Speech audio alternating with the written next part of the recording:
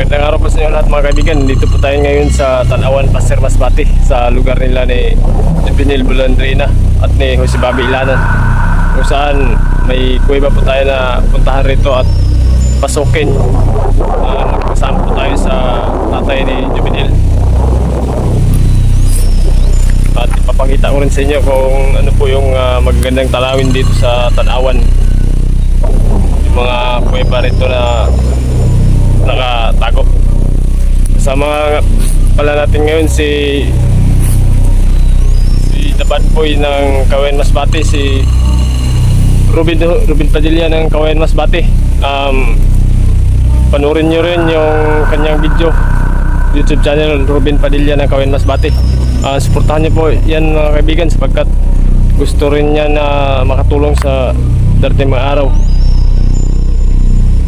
Shout out tol. Sit out ko sa lahat ng mga nagsuporta sa akin at lahat din ng mga kapwa vlogger. Ayun lang po mga Amiga idol. Shout out nga pala kay Juvenil Bulandrina, taga dito sa Tanawan, at saka si kay Jose Bobby Ilanan, dito rin yun sa Tanawan. Patuloy po tayo sa bahay nila ni Juvenil at puntahan po natin yung tatay niya at tutulog po tayo kung saan yung mga kuweba rito sa Tanawan. Shoutout nga din pala kay Ma'am Jacqueline Villanueva na laging nagdadasal sa ating kaligtasan. Sit out din kay ay talagang bukid dyan. Lahat ng mga nagsuporta sa amin.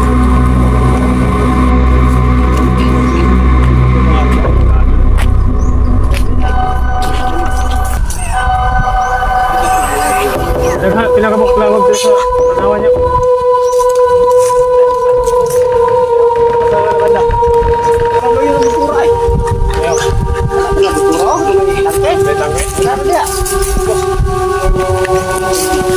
Gusto mo yun, anak na? Oo. Saan na niya? Ano na? May lupi. May lupi? Oo. Matay ako. Ito, dito rin ka rin kasampan niya. Tanong wala? Oo, ano eh. Buti dia di balai lobby sa kuno may nangka. Nara dia. Ay kahoy nga. Ay kahoy nga. Oh, ya ito. Buti. Wow. Ako dia lang po dahil sig. Yo dai tawag pa to muna dia. Gusto na siya wala siya. May Sebastian. Sige ala kaning laom na siya. Kanino laom mo ni adlong sudo ni. Simba.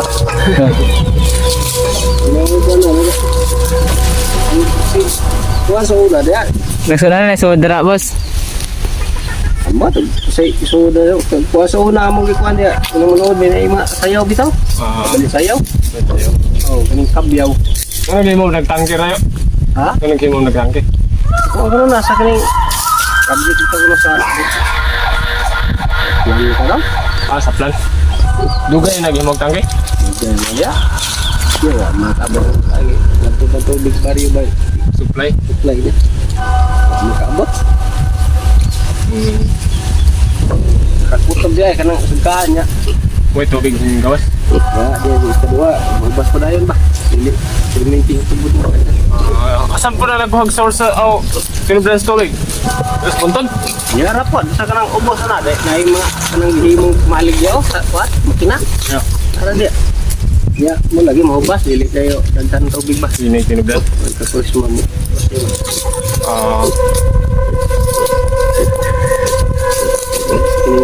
Pero imdanan ang tubig ara di? Oh, yun na. Huwag ito na mo mag-imdanan. Oh. Pwede may mo inom ron dito. Kanya? Oh. Kanang ubos na kuha na may bahay na yung dabay mo. Ubos na ba nga rin? Ay dabay dia. Ano na? Mas ko dali nabiyaan ng tubig. Natin iba na tao na ron. Sige, salamat ya. Sige. Nagkuha niya na kanang kuwaray, kanang butura niya. Imong isip ko nga sa ubos ng langok. Oo. Hindi masahag tol. Abi nung daghan lang kuya ba ito? Mauro man na mga para bawan. Ah, sige. Salamat yo. Libre banda, ako may tulas. Wala ka. Kung mahilig na po pala kayo mga kaibigan sa mga ganitong uri ng matanawin, ay maaari po kayo mag-subscribe sa ating YouTube channel upang mas updated pa po kayo sa mga kuweba na atin pagpapasokin dito sa loob ng Pilipinas. At kung meron man kayong kuweba na gusto namin papasokin, ay pwede po kayo mag-comment sa comment section at paalam niyo po sa amin kung nasaan po ang kuwebang iyan. Salamat po pala.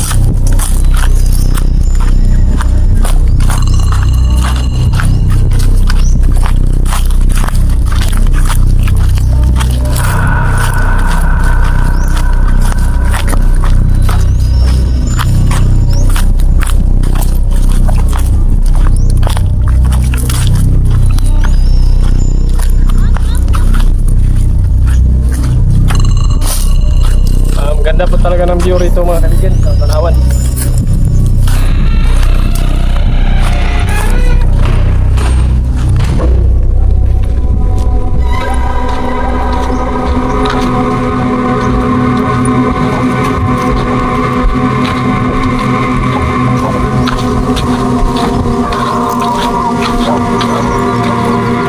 Napakaganda po ng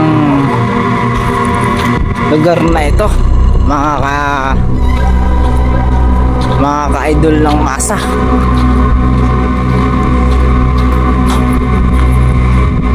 Ay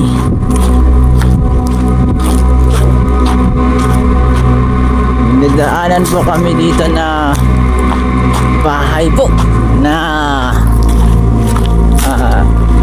hindi naman masyadong basta yun lang po. Buto na, daan pa daw sa Buntod boss. Daan pa daw sa Buntod. Oo.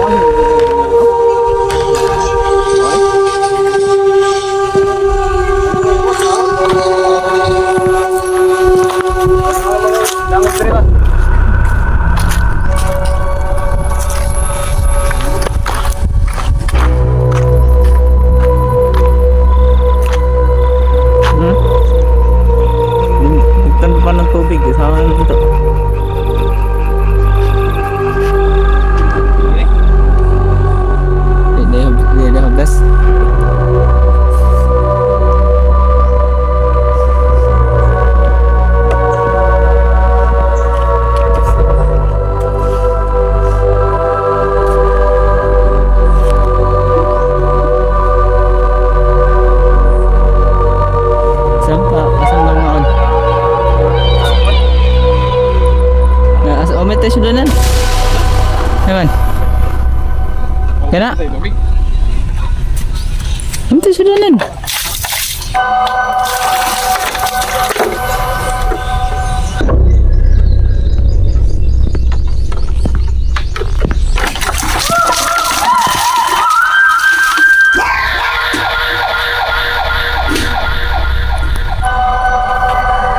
Normal dia bayar.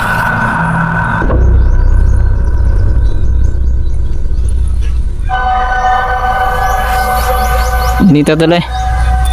Dito kayo?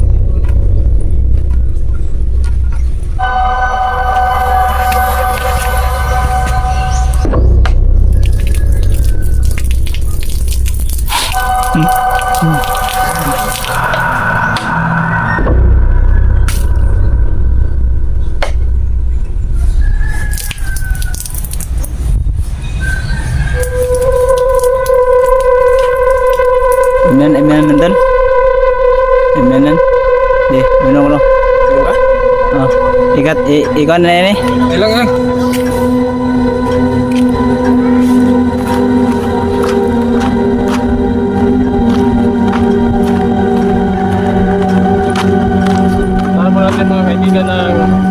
tangke na nasa taas ng bundok. Dahil sa baba raw niyan, meron din kuweba.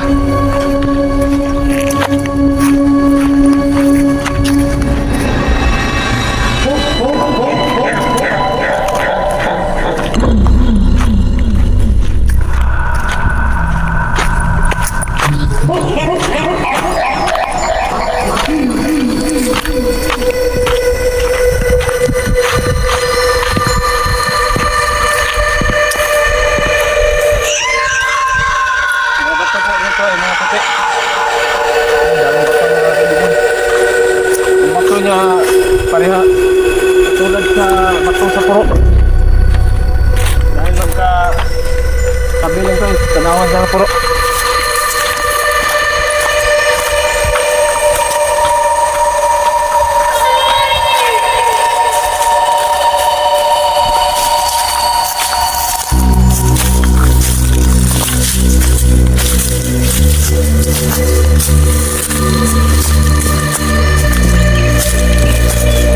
Tayo sa bundok na meron tangke. Sama pa rin natin ngayon si Rodin Padilla ng Kawin Masbate.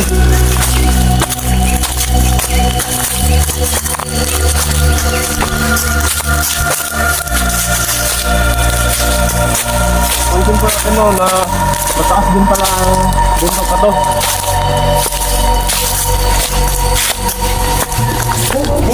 Pagod din. Ano pa po dito mga kaibigan, ay kulay itim mo.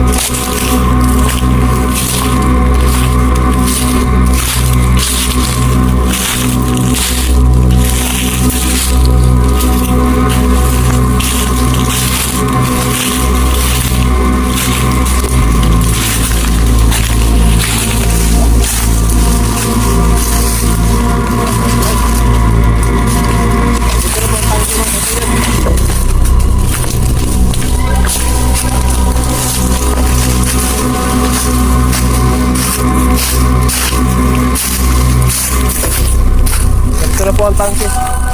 Ang tangke nga pala na to mga kaibigan ay pinagawa raw to ng plan noong ilang taon na nakalipas, dahil isusupply raw ang tubig papunta dyan sa baryo ng Tanawan, kaso hindi raw sapat ang tubig na source dito, kaya natigil po yun. Pero ang tangke lang dito ang naiwan, tangke at saka yung ginawa ng budiga na lagay ng mga generator.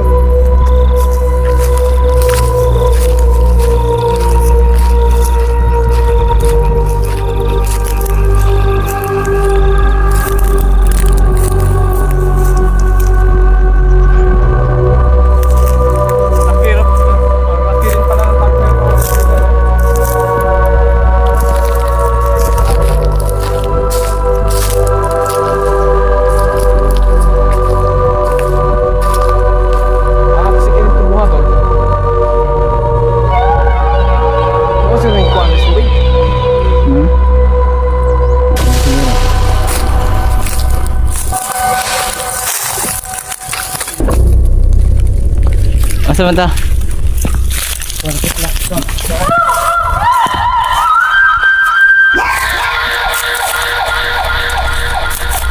Tulad po ang paggagawa ng tangke na ito mga kaibigan, no?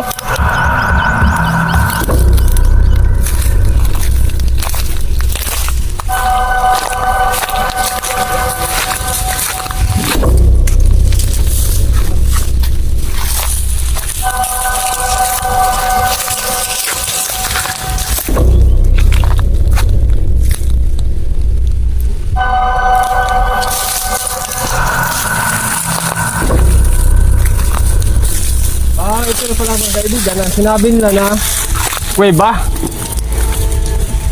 Yung butas na to. Bandang kanluran siya. Pag nakaharap ka sa tangke, nasa likod siya. Nasa bandang kanluran. Laki pala ng butas.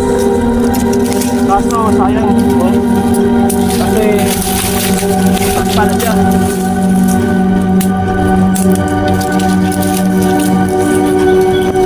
Takpa na ng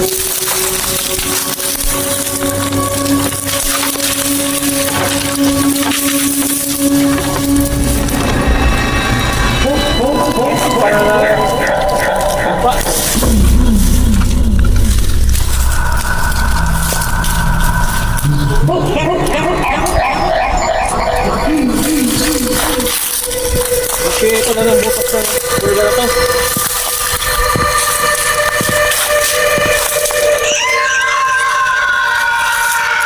Ano natin? Ano mo label naman? Bukan mo natin mga kaibigan na hukayin kung may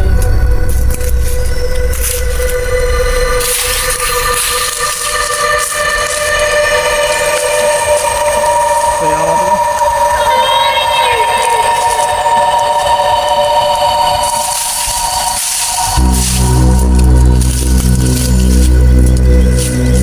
Baka na bawal traton? Takpan mo nagtuyo sa ako, no? Takpan mo nagtuyo.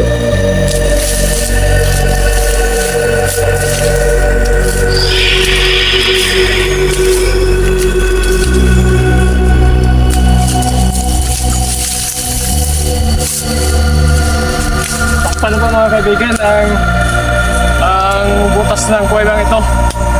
Diba kalaki ang butas niya? Kaso yung nasa entrance niya ay natakpan na, oh. Totally close na ang loob nito. Pero siguro sa looban talaga nito open, may butas pa siguro, pero dito sa may bandang pasukan ay natakpan na ng mga lupa. Sayang, hindi po natin nakita ang kabuuang tanawin dun sa loob, sa looban. Oh.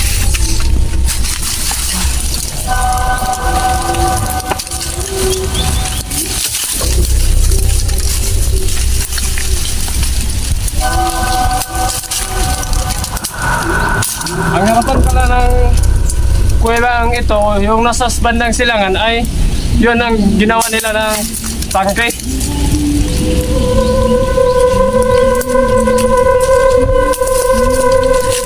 Pero at least atin kung na dokumentary ngayon kung ano ang sitwasyon dito sa bundok na to, kung mayroon pa ba talagang kuweba na bukas pa rito o active pa o buhay.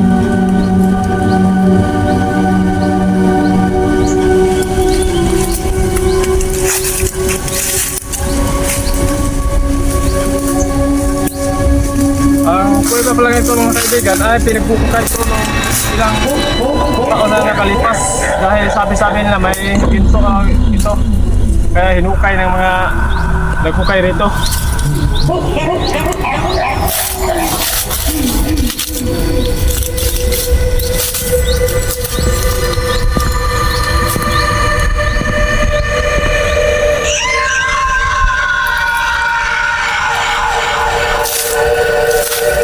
Pag nandito pala tayo sa taas ng bundok na to ay kitang-kita natin yung nasa ibaba, yung baryo ng Tanawan.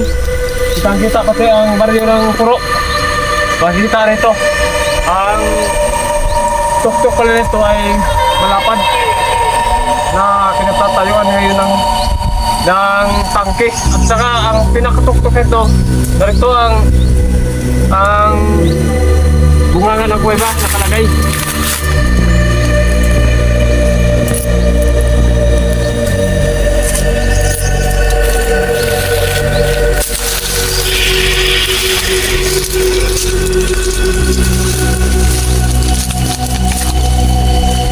Ayon pa sa ating source na si Juby Bulandrina ay sa pagkaalam niya ay isang kuweba lang dito sa Tanawan ang alam niya. Ito, kung kuweba na to.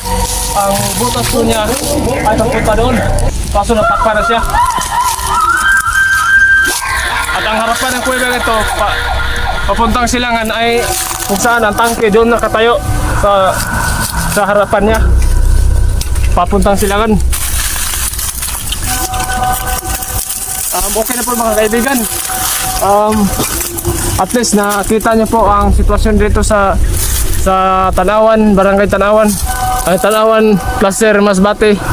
Nakita po natin ang kabuuang tanawin dito sa bundok na to, kung saan na kumpirma po talaga natin kung meron pa bang buhay na kuweba dito sa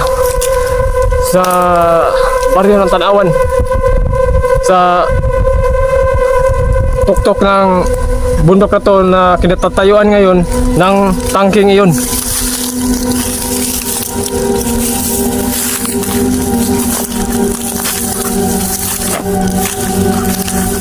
Yan po, pag nakaharap ka sa silangan, makikita mo ang tangke na to, tapos ang likuran nito ay ang kuweba.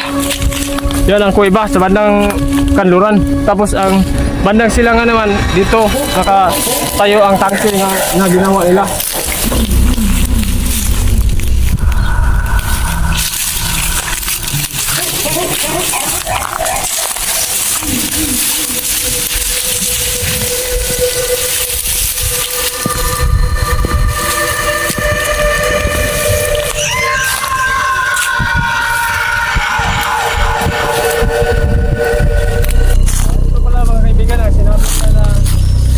Na nilalagyan ng mga generator na ginamit doon sa pag-sip-sip ng tubig doon sa may tangke.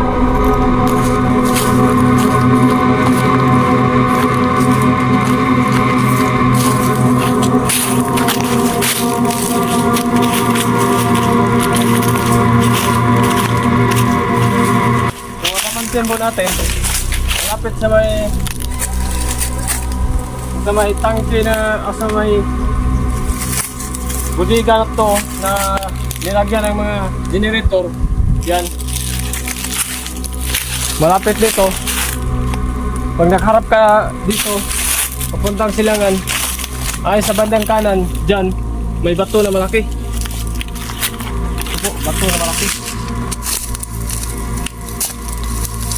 Bato na malaki na may butas siya dito. Dito.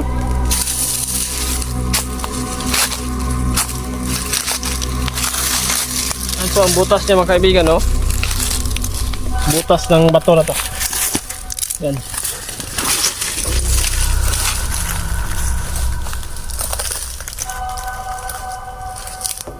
Tignan po natin kung ano po yung dito sa lugar to.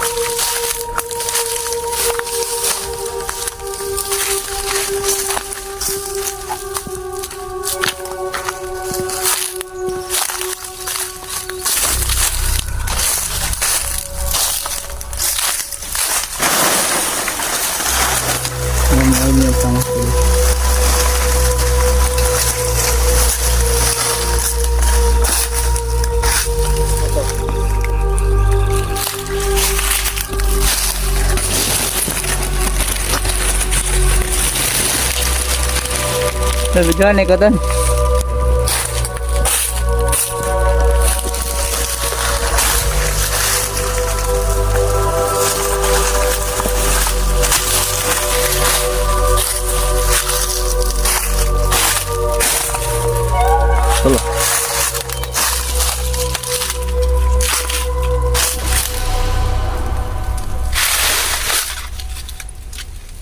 Baka yung tuburan ng tubig mga kaibigan, dito galing yung tubig.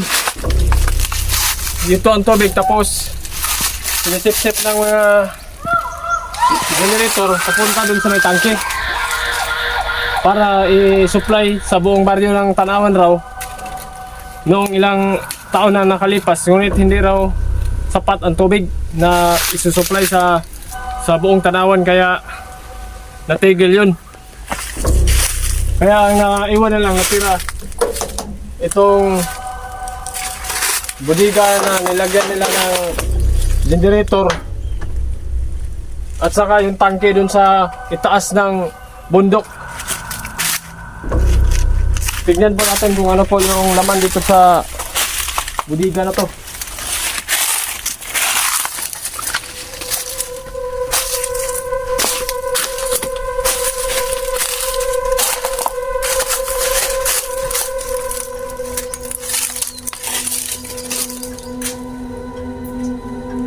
Dito pala nila nilagay mga kaibigan ang dito nila nilagay ang generator na ginamit nila pag sip-sip sa tubig dyan papunta dun sa tangke sa itaas para i-supply sa buong baryo ng Tanawan. Ngunit hindi raw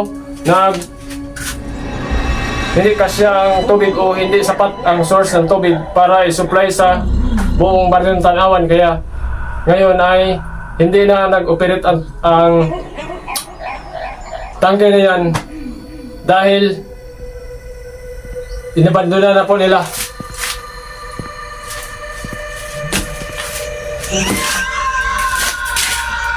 Ito po yung pintuan ng bodega na to na nilagyan ng generator. Ito po yung pintuan nila.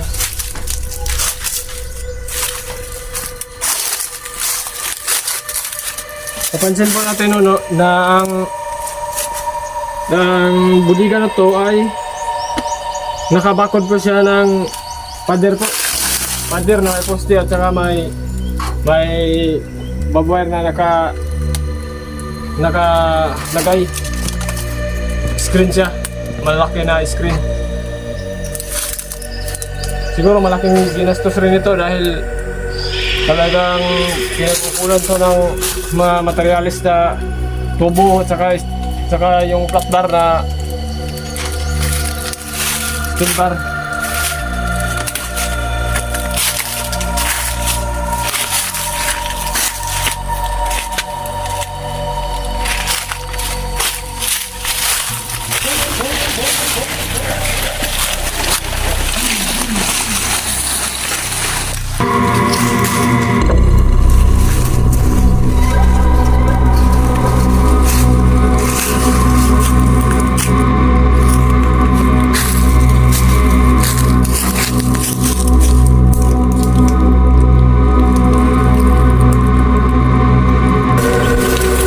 Salamat ka pala sa inyong panonood at sana po i-subscribe niyo po ang channel na to dahil marami pa po tayong mga dokumentary na gagawin dito sa loob ng Pilipinas at share niyo na rin ang video natin.